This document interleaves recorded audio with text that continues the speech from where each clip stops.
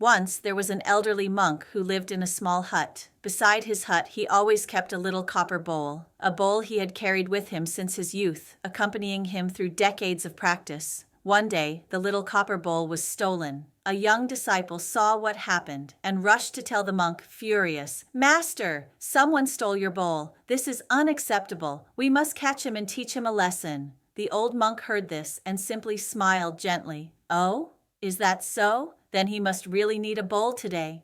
The disciple was stunned. "But that was your treasure."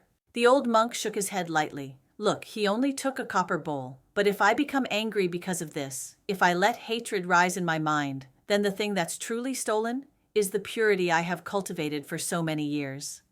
Hearing this, the disciple fell silent. The old monk continued, "A person steals because, in that moment, his mind gives rise to a wrong thought. He believes that obtaining this thing, even by stealing, will benefit him. He acted out of delusion. Since he is confused, why should we follow him into confusion?" The disciple asked. "Then what should we do?"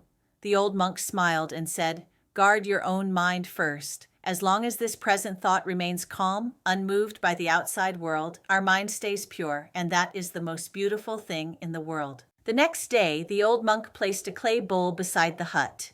The disciple couldn't help asking, "Master, why not use another metal one? A clay bowl breaks easily." The old monk answered softly, "Because I don't want someone to see something too fine and give rise to another wrong thought. The plainer the object, the fewer the troubles in people's minds." Hearing this, the disciple bowed deeply. He suddenly understood. The mistakes of living beings arise from a single moment of delusion. The power of cultivation begins from a single moment of awakening.